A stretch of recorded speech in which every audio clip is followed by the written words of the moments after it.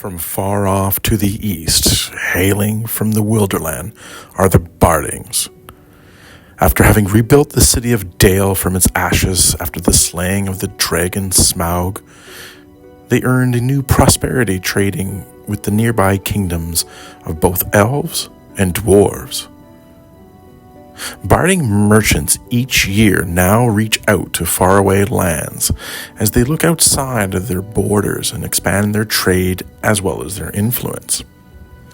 Warriors follow in their wake, hoping to prove their mettle against worthy adversaries, chiefly inspired by their king's slaying of the dragon. To some, these Northmen are considered the nearest to the king of the men of the West. They are strong-limbed, with fair hair, although dark and even black hair is not unknown. Women adventurers braid their hair in long, tight tresses, while barding men tend to keep beards and often let their hair grow to reach their shoulders. Rarely do they become adventurers before their 18th year, and they tend to retire in their 40s, when they return home to serve their family and folk. Abroad, they may be recognized by their gear, as they often carry equipment of superior quality and make. Unlike most denizens of the Wilderland, Bardings prefer to use swords over axes and naturally favor the bow, after the example of their king, Bard. Countless stories tell of the Bardings who had lived under the shadow of the great dragon for decades, leading to a stout-heartedness between them. Valor rolls are favored for any player hero that is a barding.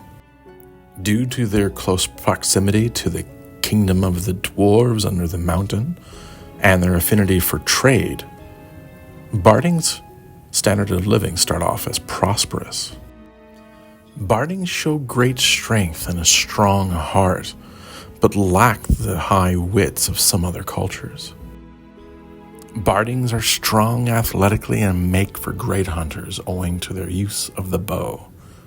In battle they are skilled and can enharden and rally allies to the cause. Bold, eager, fair, fierce, generous, proud, tall and willful all describe the typical barding adventurer. Dalish is the language of the Bardings, a very old form of the common speech. And as far as their names are concerned, they're usually composed of one or two elements. Like most Northmen, Bardings often name their children after a renowned ancestor or relative, or choose a name beginning with the same sound or sharing one element with that of the father. Example: Lifstan, son of Lichnar, or Ingrith, daughter of Ingolf.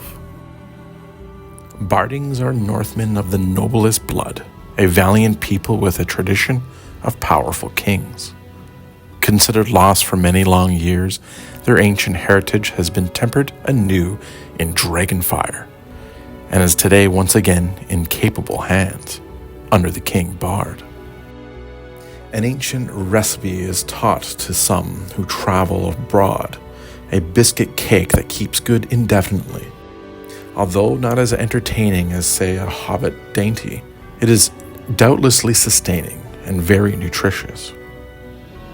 A player hero who's a barding and chooses cram as a virtue, each time you gain a fatigue from a journey event, you gain 1 point less.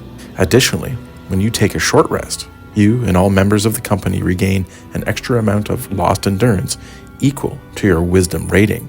Was your Bardings called to adventure because of the legend of Bard the Bowman, who has inspired many young women and men of Dale? So much so that they long to prove their worth with the killing of a great monster? All barding player heroes who choose Dragon Slayer as a cultural virtue get favored attack rolls when fighting creatures with might 2 or more. A strong alliance was rekindled between the men of Dale and the dwarves of Erebor on that faithful day when Smaug the great dragon was slain. If your fellowship focus is a dwarf, Whoever among you is fighting in a defensive stance may attempt the protecting companion combat task to benefit the other as a secondary action. Additionally, dwarves are always considered to be friendly towards you during the interaction stage of a council. Since they were young, all Bardings know how to use the bow effectively or throw a spear accurately. Fierce shot is a cultural virtue of the Bardings, where when you score a piercing blow on a ranged attack, the protection roll of the adversary is ill-favored. All Bardings feel and believe that they are of an ancient bloodline of the kings of Dale, and destined for greatness. High Destiny allows a player hero to raise their maximum endurance rating by 1.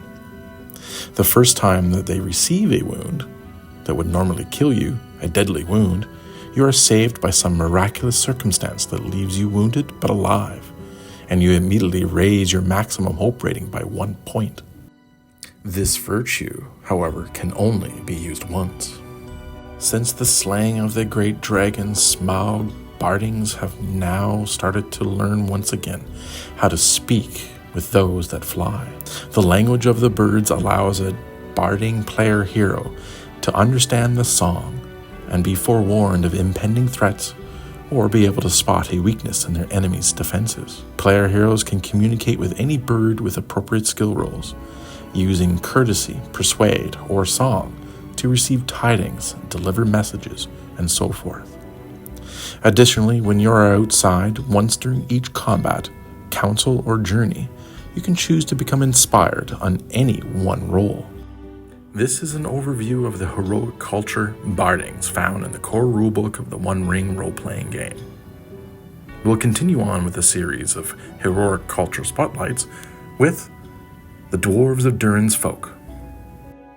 If you like this video and others that I have created, please support the channel and help it grow by liking it, commenting, sharing with your others, and subscribing if you haven't already done so. I'm Ryan of the North. Thank you for watching.